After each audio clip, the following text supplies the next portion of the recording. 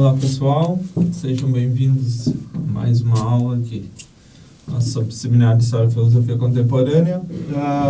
Bom, a gente está dando sequência a toda a nossa discussão e eu queria tratar com vocês, dando sequência exatamente aquele problema da desigualdade sobre um problema em John Rawls, que se situa exatamente na discussão entre sorte bruta e igualdade. Essa vai ser o foco da nossa discussão, então.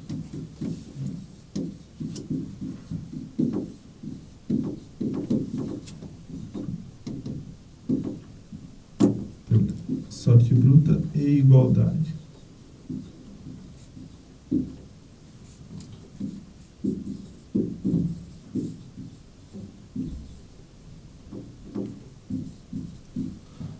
Só para a gente começar a introduzir um pouco esse assunto, é interessante que a gente observe alguns pontos, já que o ponto central da nossa discussão é em relação ao igualitarismo.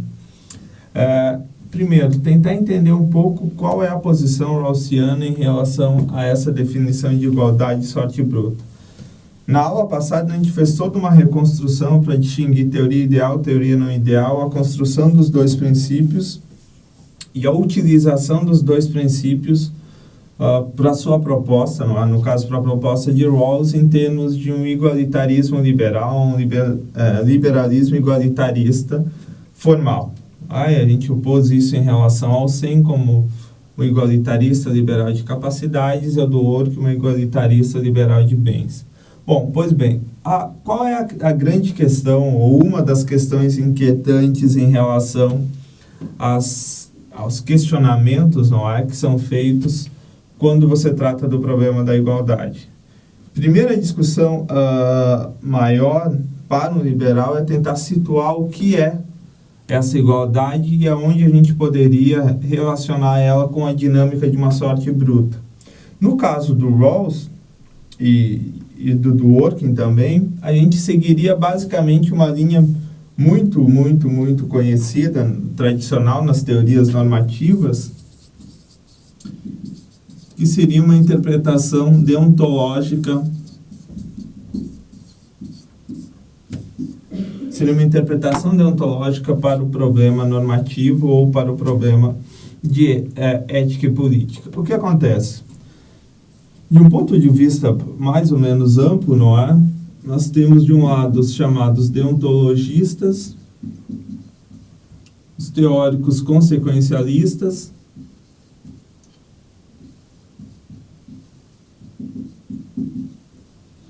e os teóricos do chamado modelo de ética das virtudes. Bom,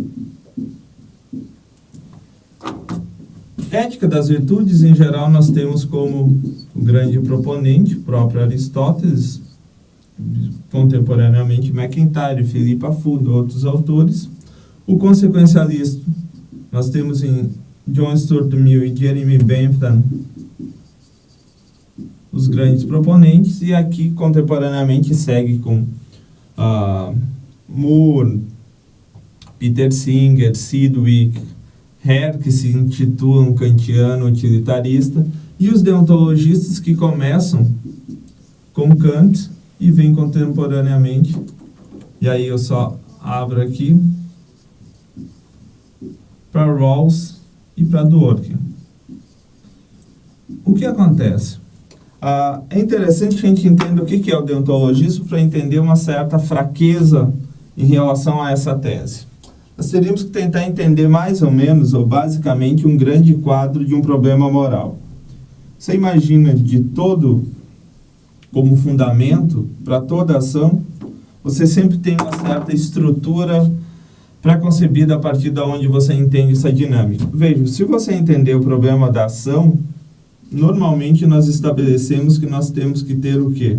Um dever ao qual essa ação vai ser seguida para você fazer uma espécie de análise moral sobre a mesma. Do outro lado nós temos o agente e, obviamente, essa ação almeja um fim. A questão toda dessa dinâmica é tentar entender o quê? Qual é o ponto central para cada uma dessas teorias? O que acontece? A ética das virtudes, em geral, está centrada no agente. Então, quando você faz a pergunta, não é, sobre se uma ação é correta, no fundo você está fazendo uma pergunta sobre quais são os traços de caráter do agente virtuoso. Essa é a grande questão. Então, você, em geral, é associado com uma tese de uma teoria centrada no agente, não é? Qual é o ponto? Aqui a pergunta é sobre o caráter do agente que realiza a ação. Para as teses consequencialistas, em geral, a gente associa ao fim da ação, por isso são, obviamente, consequencialistas. Por quê? Porque para a análise moral da sua ação, você pressupõe, não é, ou analisa o fim a que ela chegou. Por exemplo, o princípio da utilidade do John Stuart Mill ou do Bentham. São, na verdade, uma pergunta sobre se a sua ação vai maximizar a felicidade dos envolvidos. Esse princípio da utilidade dá um foco maior ou está centrado nessa noção de fim. O que os consequencialistas fazem é centrar a questão da ação sobre o dever. E o que nos é mais interessante nesse caso é você dizer, olha, eu preciso obedecer à regra. Essa é a grande questão que está por trás disso. Há outras distinções para isso, não há? Em geral, a tese A e B são chamadas também de concepções imperativas e essa ética das virtudes uma concepção atrativa. O modelo deontologista mesmo se divide em deontologismo rigorista, deontologismo não rigorista. Então, há uma série de variações. O que é importante para a gente entender aqui é por que uma teoria deontológica, em geral, parece ter algum tipo de insuficiência quando nós pensamos ela de um ponto de vista da teoria política. No caso do Rawls, a ideia básica é você tentar entender que há uma, e ele diz isso com todas as letras, não há? Há uma pressuposição do justo sobre o bom. Ou seja, o justo é maior do que o bom. O que no fundo ele está falando? Ele está dizendo, olha, meu modelo de ação o meu modelo de ética e política não é um modelo pautado numa ideia de bom enquanto fim, por exemplo. Não é o fim da ação que vai determinar a sua correção ou o quão justa ela é. Se não é a ação, então você vai fazer exatamente uma pressuposição em uma noção de justiça. Qual é o resultado? O resultado dessa análise é que nós teremos um tipo de deontologia aplicada a um modelo de filosofia política que vai centrar suas bases exatamente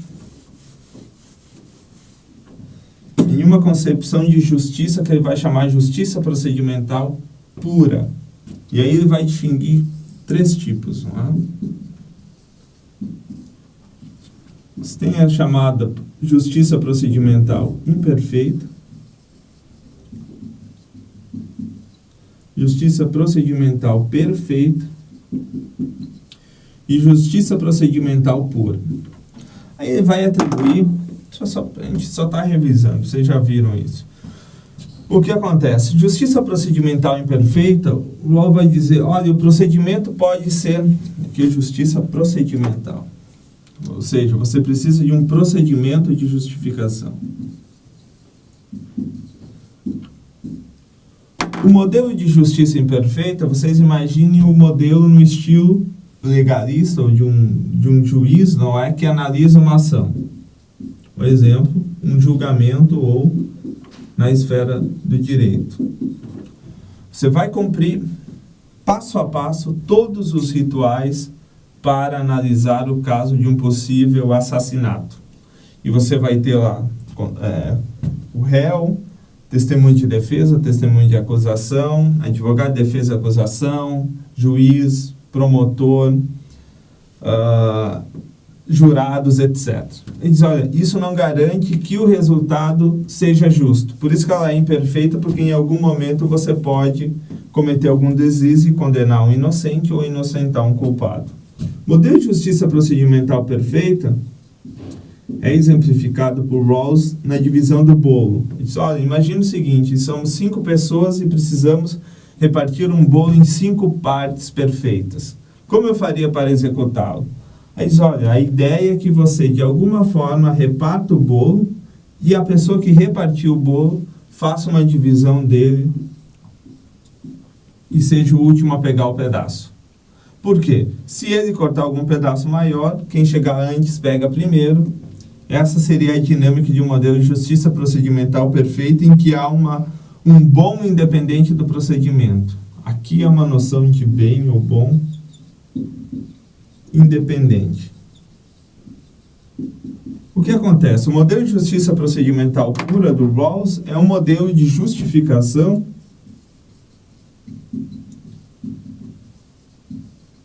em que o próprio procedimento é justo. Então, vocês têm lá a posição original justa, não é? A posição original é tratada como uma condição de justiça para os que escolhem os princípios. O resultado vão ser dois princípios justos. Agora eu queria tratar com vocês exatamente por que há uma certa limitação em relação a essa interpretação de justiça procedimental pura de um ponto de vista deontológico. Porque exatamente quando você vai tentar aplicar esse tipo de modelo ao que ele chama de sociedade bem ordenada e a estrutura social, ou seja, as instituições, nós teremos um problema nesse tipo de idealização deontológica. Idealização deontológica. Exatamente porque, de um ponto de vista da aplicação, há alguns limitantes a isso. Então, veja, do ponto de vista das críticas, não há? Seríamos, então, as críticas ao modelo deontológico.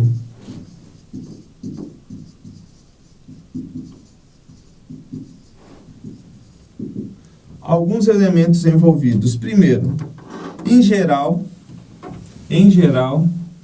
essas críticas, a primeira crítica que nós estabelecemos seriam: padrões de conduta não garantem a justeza ou não garantem que os cidadãos irão executá-los. Então, os padrões de conduta, em geral, têm um certo limitante em relação à sua atribuição. Eu leio aqui, não é? O que acontece, não é? Aquilo que uma pessoa faz entre quatro paredes da sua casa, desde que queira fazê-lo e não cause qualquer tipo de dano a outros, não pertence ao território da moralidade que aqui está em questão. Há uma vasta porção de conduta individual que deve ser vista como uma zona moralmente livre, com respeito à qual a linguagem da moralidade política não se aplica. O único critério moral que se aplica a essa porção da conduta individual é o enunciado do John Stuart Mill on Liberty. A sociedade só deve intervir, quer por meio de coerção coletiva, quer por meio de coerção moral, quando isso for necessário para evitar que danos sejam causados a outros. Esse é o chamado Harm Principle, que é um princípio em que você pretende evitar danos, na verdade, a outrem, não é? O que acontece? Do ponto de vista deontológico, parece que você assumiria alguns tipos de regra que você teria que assumir, mesmo não estando nessa condição, como ele diz aqui, nessa condição coletiva. Como a gente está tratando de um sistema de justiça aplicado a uma sociedade, o que a gente deve pressupor, não é? É que vai existir, dentro desse modelo social, uma relação entre indivíduos. Essa é a grande questão, não é? Então, a gente vai pressupor esse tipo de dinâmica relacional entre indivíduos. O que acontece? Se é esse tipo de dinâmica que está em jogo, parece que a demanda deontológica de consciência moral, no entender do próprio professor Álvaro de Vita, teria um limitante. Porque ele diria, olha, do ponto de vista de padrões de conduta social, nós não poderíamos atribuir qualquer tipo de restrição a indivíduos que optariam, em algum sentido mínimo, por executar desejos particulares, desde que não interfira na vida dos outros. Essa premissa, ela é basicamente uma premissa liberal de respeito à autonomia, mais do que qualquer coisa. Então, vocês podem imaginar que essa condição de autonomia me dá o direito de executar determinadas ações que eu considere como sendo necessárias para mim, não é o que eu considero como sendo válidas, porém, há um limite, ou não há, na verdade, esse limite, que é o seguinte: quando essa ação não afeta qualquer terceiro indivíduo, eu não tenho qualquer tipo de problema relacionado a ela. Por isso que essa ideia de padrões de conduta, ele parece pressupor algumas concepções de bem que estariam associados a ela. E não caberia de forma alguma a sociedade determinar isso. Então não há qualquer tipo de restrição moral à escolha de preferências religiosas ou de preferência sexual que alguém pudesse fazer. Então, nesse sentido, os padrões de condutas parecem oferecer um certo limitante. Por quê? Porque há uma primazia nesse modelo aqui, há uma primazia da autonomia do indivíduo. E isso é interessante porque esse é um mote liberal. Essa é a premissa liberal que o Rawls vai querer defender associada a uma condição de igualdade. Então, a premissa da autonomia, ela se aplica em grande medida a liberdades individuais, do tipo liberdade de ir e vir, liberdade de escolha, liberdade religiosa, liberdade de expressão e por aí vai. Um segundo problema que é atrelado, que vem atrelado a isso, que eu queria tratar com vocês, é que exatamente esses padrões de conduta não oferecem um critério nítido para o que o professor De Vita chama de progresso moral. Então, o modelo deontológico não oferece critérios precisos.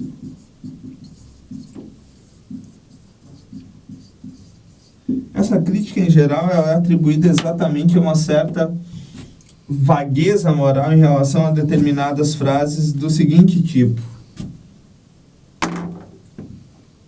Um exemplo. Seja honesto. Não minta.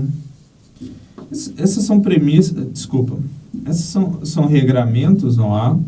De um ponto de vista deontológico, de deveres deontológicos, também mais conhecidos como deveres principialísticos, que não tem uma certa precisão em relação ao critério. Dizer para você ser honesto parece dizer o seguinte: você precisa ser honesto por ser honesto. Isso parece ser um pouco redundante exatamente porque você não tem um ponto de apoio a partir do qual você determina exatamente o que é ser honesto e o que é ou não mentir. E atrelado a isso vai um próprio certo limite, não é? Em relação a essa ideia de critérios precisos e de um certo paradoxo que possa surgir, também é chamado de desacordo moral entre princípios. Basta imaginar o princípio da autonomia em relação ao princípio da vida ou da dignidade humana.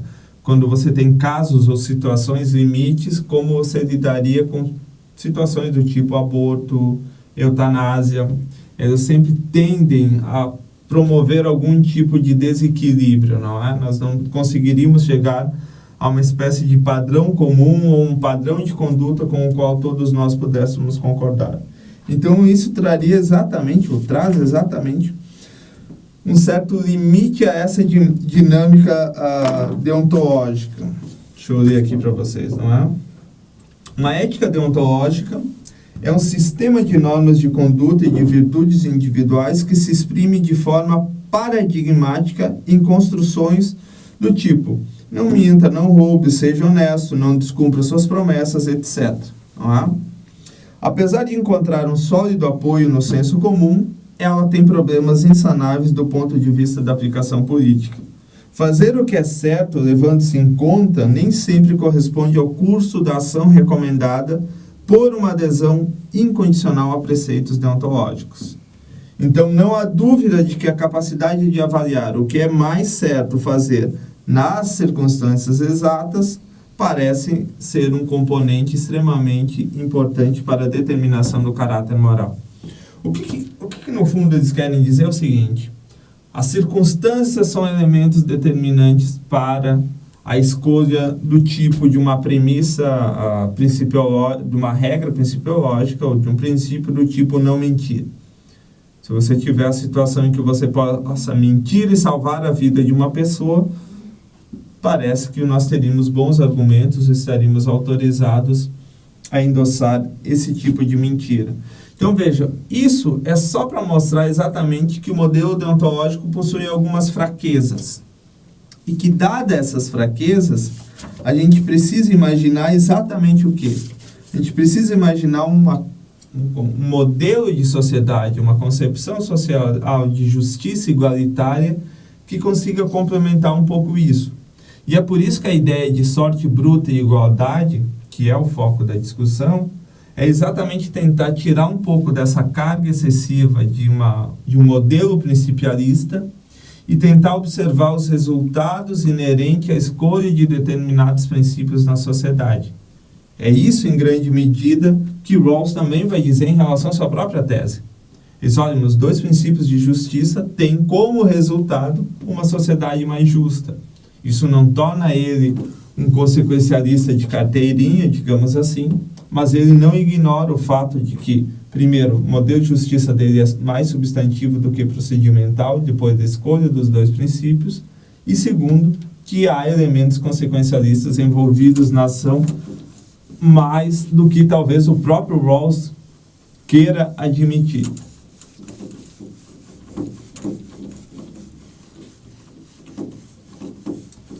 Bom, o que acontece diante disso, não é?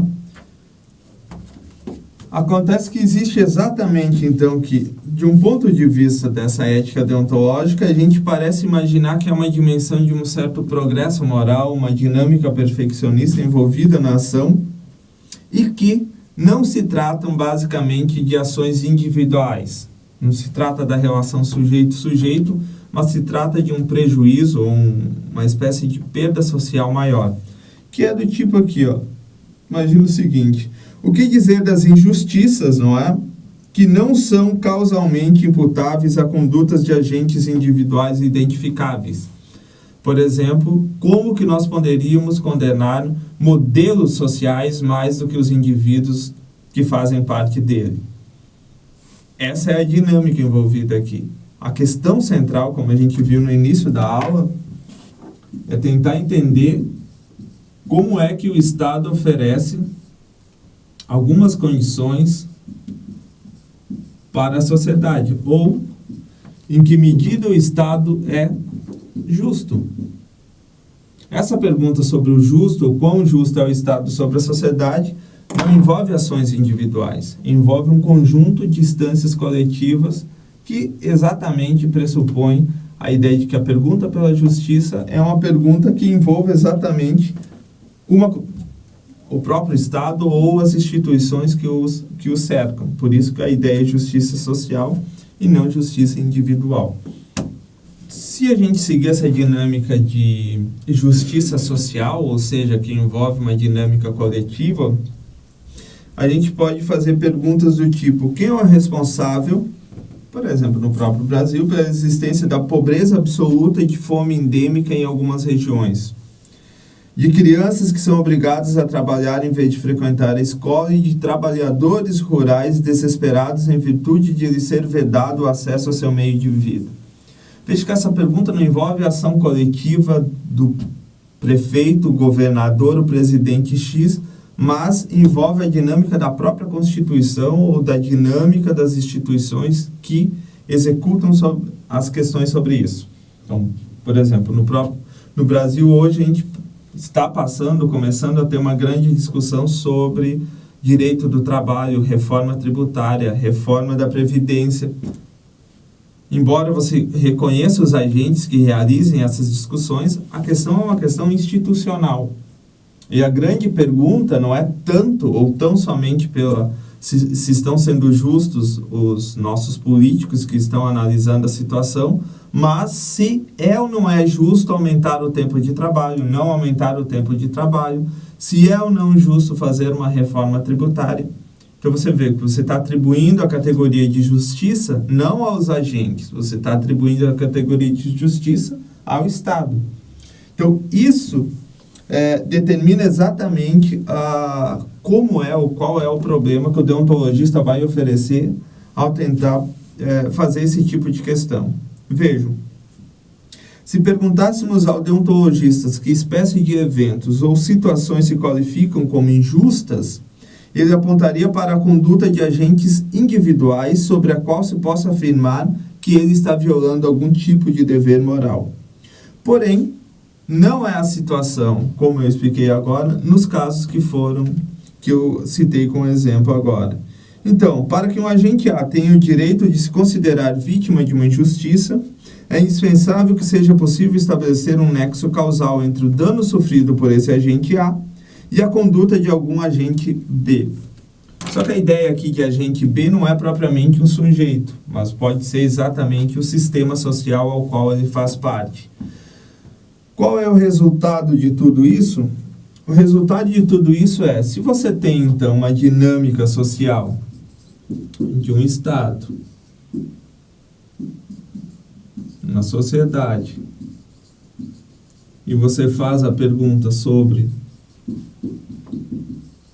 justiça social,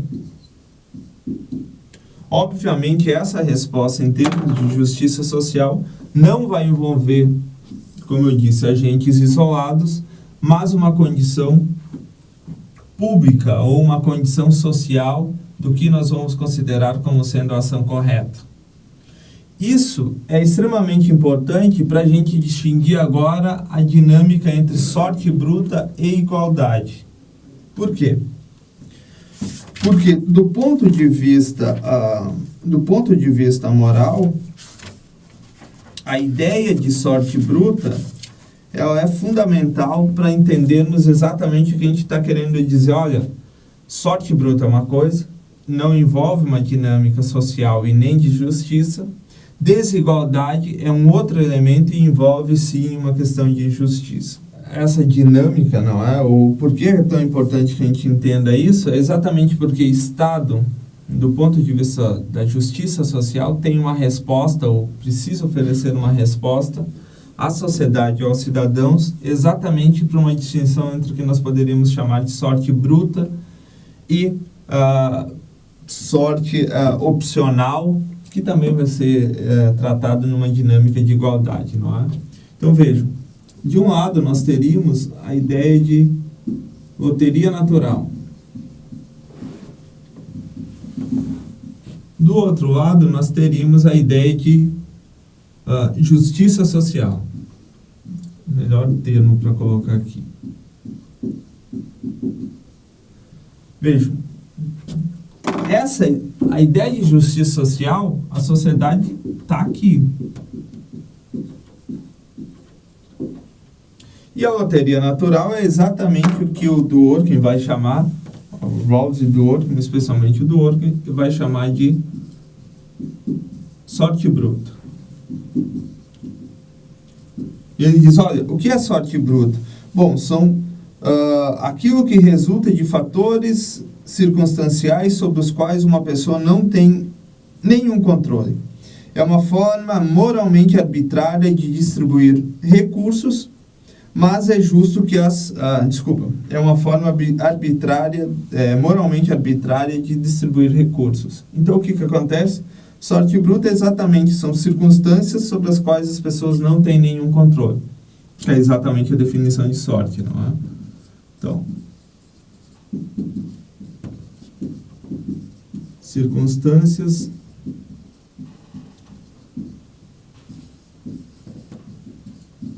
sobre as quais as pessoas não possuem nenhum controle.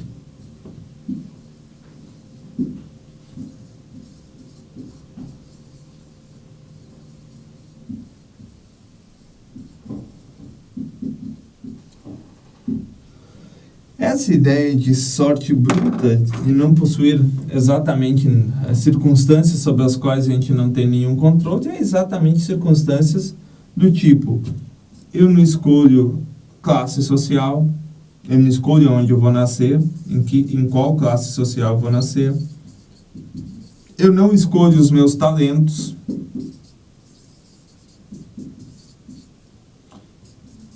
Aí você tem uns outros característicos, você não escolhe sexo, cor, etc.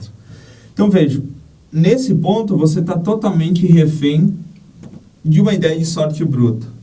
Veja, se a sorte bruta é uma sorte em que você fica refém de uma loteria natural, a ideia da sorte opcional é exatamente dizer o seguinte: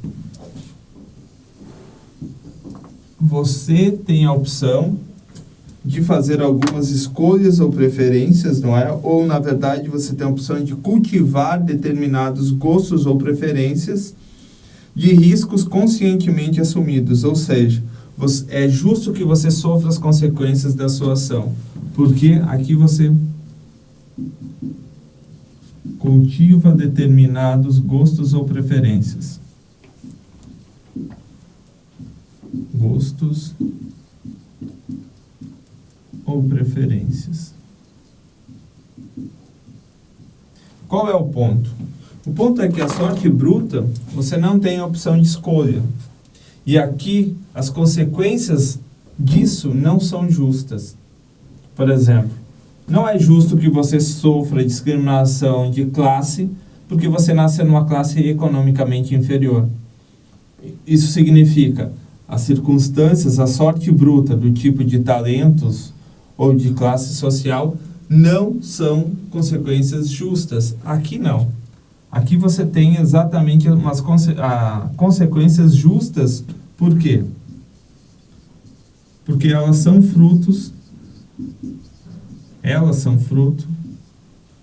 consequências justas, elas são frutos da sorte opcional, ou seja, do cultivo de determinados gostos ou preferências que você fez. Então você passa dessa ideia de sorte bruta para uma ideia de sorte opcional. Aqui você tem injustiça. Aqui você fala que a sociedade faz questionamentos do ponto de vista da justiça social. Aqui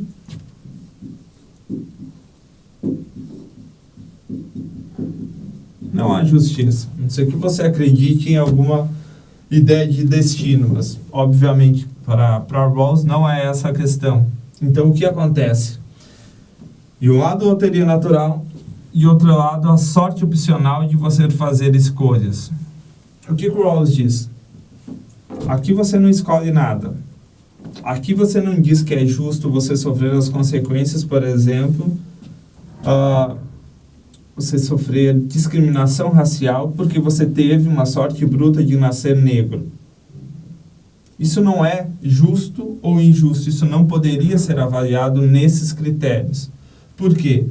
Essa ideia de discriminação social, por exemplo, é um construto social sobre um talento natural, uma sorte bruta que você teve que não foi escolha sua. Desse outro lado aqui, você pode, por exemplo, cultivar determinados gostos ou preferências que te levem a assumir as responsabilidades por eles. Não é? Você pode assumir gostos e preferências caras, o que vão te levar, por exemplo, a uma espécie de endividamento financeiro. Mas isso é uma consequência justa das escolhas que você fez. Então essa é uma distinção extremamente importante, não é? Vejam,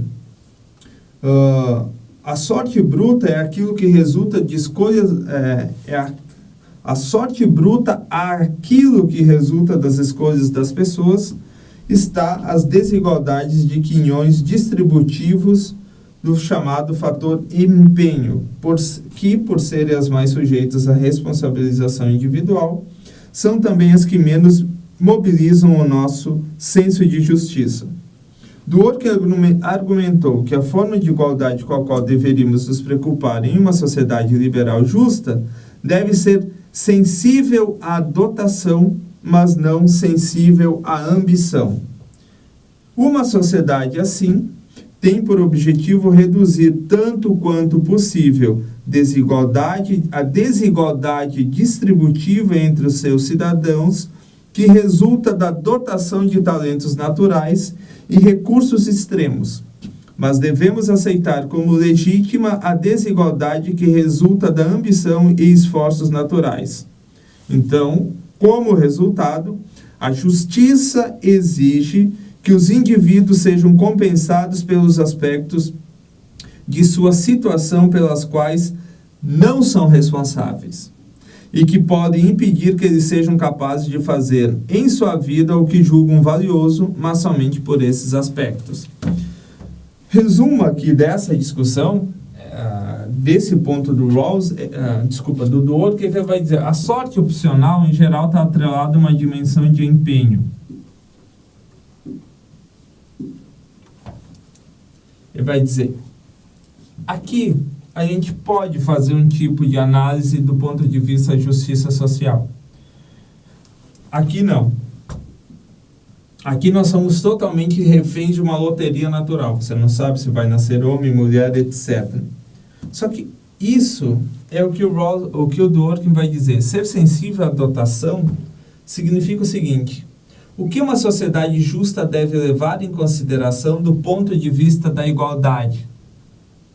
Vai dizer, você deve levar em consideração do ponto de vista da igualdade a questão da sorte bruta, mas não a questão da sorte opcional ou empenho. Então, o que cabe à sociedade fazer do ponto de vista da justiça é oferecer uma sociedade equilibrada, ou que equilibre, não é? A nossa sorte bruta ou exatamente as circunstâncias sobre as quais as pessoas não têm nenhum controle. Fazendo isso, é como se a gente tornasse a corrida, não é? Pelo empenho ou cultivo dos nossos gostos e preferências justos. É como se você imaginasse uma corrida em que todos estariam no mesmo ponto de partida e com as mesmas condições. Aí diz assim, se você oferece isso, você está oferecendo condições de igualdade, e ele diz aqui, não é? Sensível à dotação.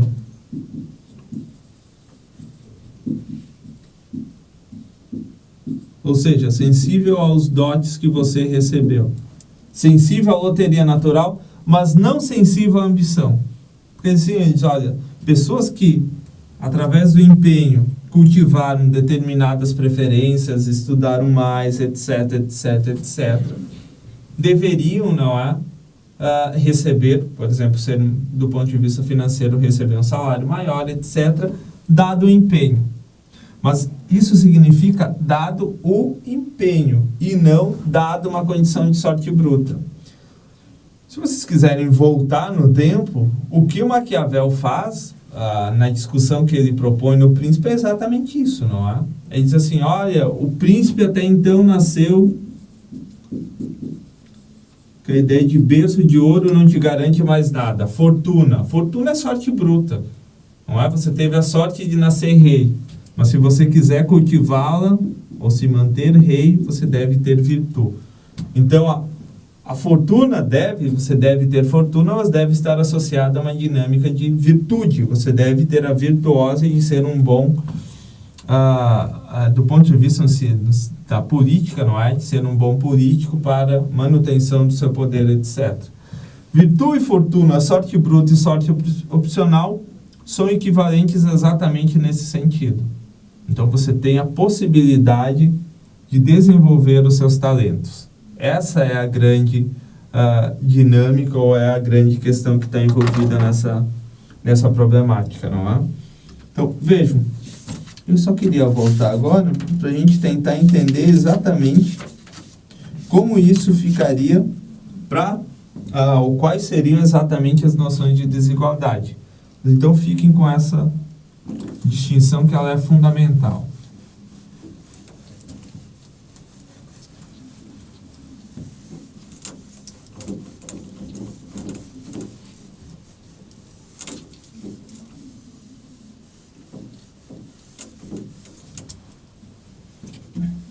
Veja, há algumas questões, não é? Alguns fatores que nós consideraríamos como sendo arbitrários, que é exatamente a ideia de sorte bruta. Só que a sorte bruta pode lhe trazer desigualdades. Desigualdades no sentido muito mais de diferenças. Exatamente na ideia de que eu posso nascer homem, posso nascer alto, você pode nascer mulher e ser mais baixa, eu posso ser gordo ou magro. eu posso ter, enfim, alguma predisposição, não é, para algum tipo de habilidade mais do que outra, etc. Isso é só identifica ou só reforça a ideia de loteria natural e sorte bruta. Então, nós trataríamos muito mais isso como diferenças do que como desigualdades. Só que o que acontece? As diferenças da loteria natural irão implicar em desigualdades do ponto de vista social. Então, é evidente que hoje, pense no Brasil oitocentista, né, no período colonial, seria muito desvantajoso para você nascer um escravo, por exemplo, ou ser negro e sofrer discriminação, muito mais desvantajoso do que você nascer um branco, não é? Elitista, senhor de engenho, etc. Isso exemplifica exatamente o quê?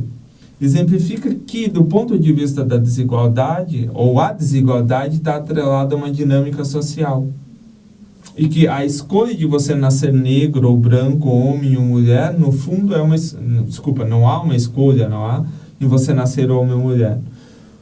O resultado de tudo isso é exatamente que o problema da desigualdade em termos de justiça social se localiza em outro ponto. Então, eu queria exatamente colocar isso para vocês. Do ponto de vista de justiça social, a gente vai identificar exatamente a questão da desigualdade. São elas: desigualdade do ponto de vista racial e de gênero. Aqui como ponto 1. Ponto 2. Nós temos como desigualdade a classe social, mas vamos aqui, família e posição social.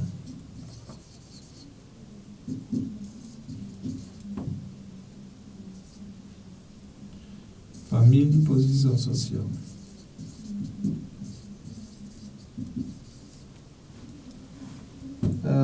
Nós temos ideia de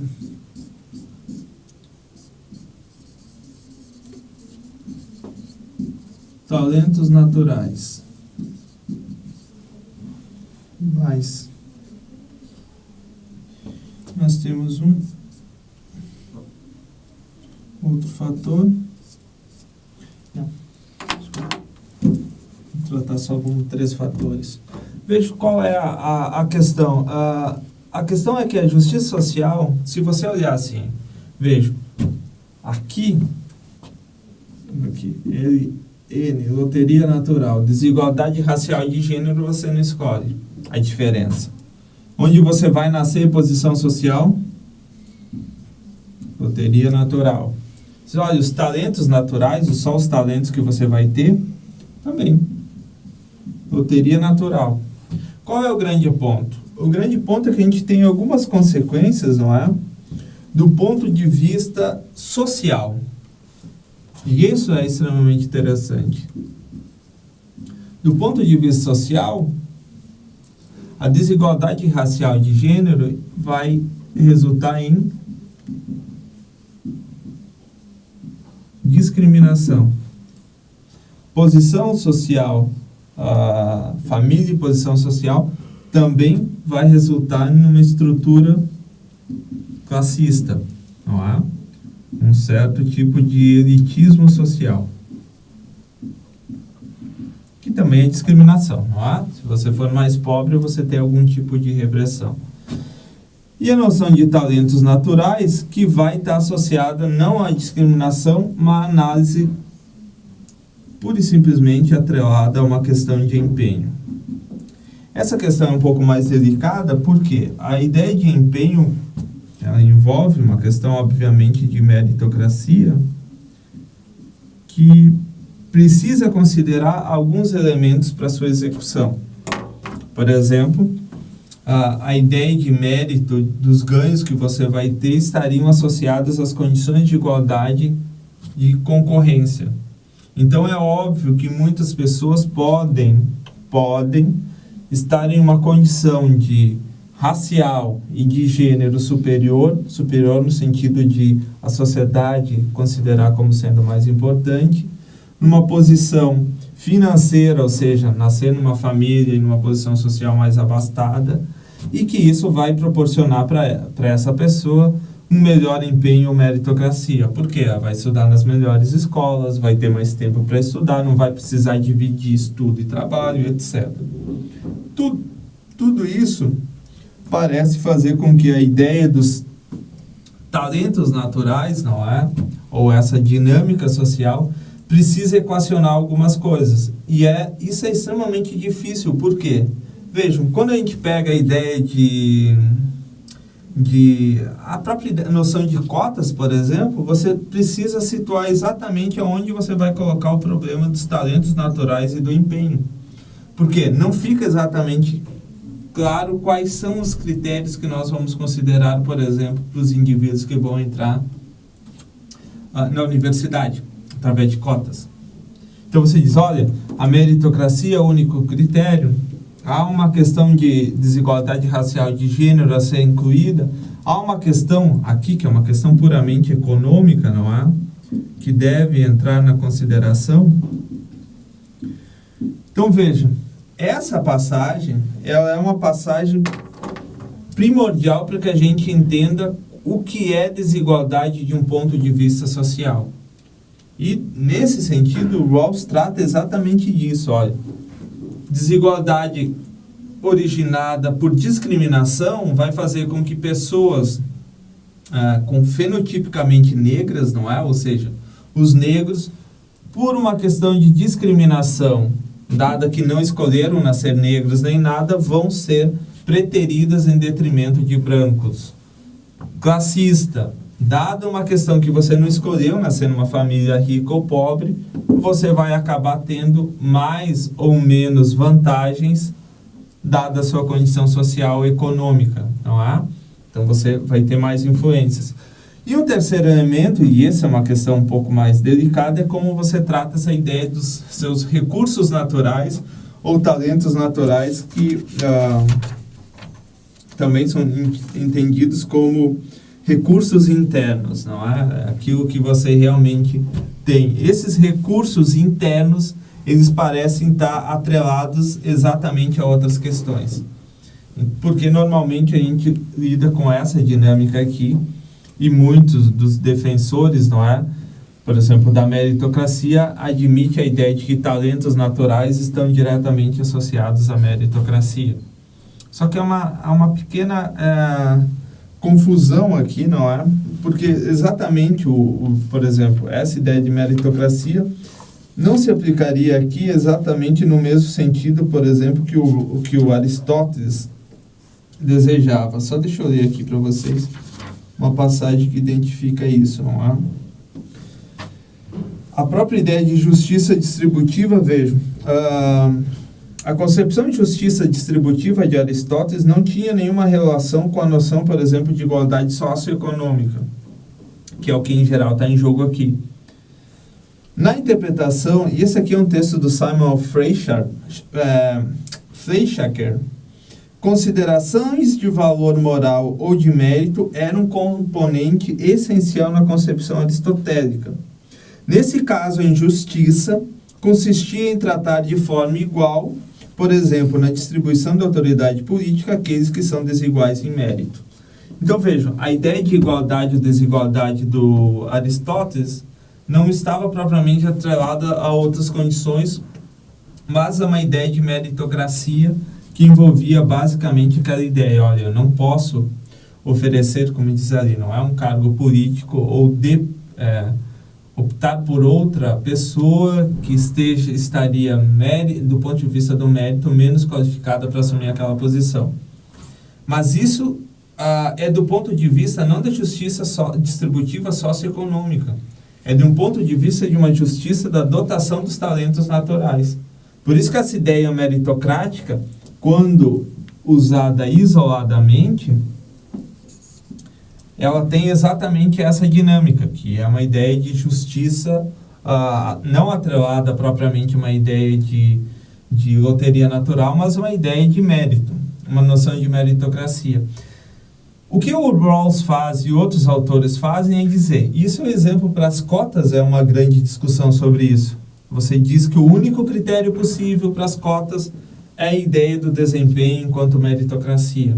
O que outras pessoas sugerem é que nós deveríamos inserir mais algum outro critério para analisarmos essa questão de quem merece ou não entrar na universidade, dizendo, não é apenas o critério da meritocracia que deve contar, afinal de contas você não escolheu os seus talentos naturais, escolheu apenas desenvolvê-lo, e se você está sobre as condições certas de igualdade em termos de raça e gênero, você pode desenvolvê-las melhor do que outras pessoas. Então, essa parte aqui, o ponto 1 e ponto 2, é exatamente o ponto da dinâmica social. Aqui é do ponto de vista de uma dinâmica individual. Individual no sentido de que eu escolho a promoção dos meus talentos naturais. Ponto.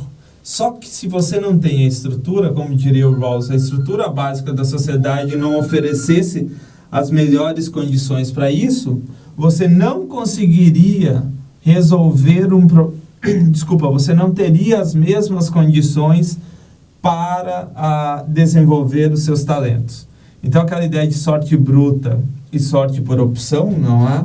Essa ideia de a opção de eu desenvolver os meus talentos está diretamente atrelada a uma condição social melhor. Então, a ideia de justiça social é, vamos equalizar as coisas, os talentos naturais cada um tem os seus, mas a noção de desigualdade racial de gênero e uma questão social e econômica podem sim ser revistas para equilibrar esse jogo. Por isso que a ideia da igualdade ou igualitarismo liberal, aplicada à justiça social, aplicada às instituições, não é sobre o âmbito privado dos indivíduos. Porque isso seria uma espécie de enclausuramento, digamos assim, de determinadas características dos indivíduos e a gente teria uma espécie de padronização do que todos nós consideraríamos como sendo justo. Não se trata disso. Porque aqui, então, qualquer indivíduo pode ascender socialmente desde que tenha as condições ideais para isso. Então, essa é a dinâmica do que eu encerro aqui, não é? Do que o Rawls vai chamar para a gente de um sistema de liberdade natural, desse lado aqui, em detrimento de uma igualdade equitativa de oportunidades. Sistema de liberdade natural. E o que ele propõe, não é? É uma igualdade equitativa de oportunidades. Igualdade equitativa de oportunidades. Essa é a dinâmica, essa é a diferença e é isso que nós temos como resultado nessa relação entre sorte bruta e igualdade. Ok, pessoal? Nos vemos na próxima aula.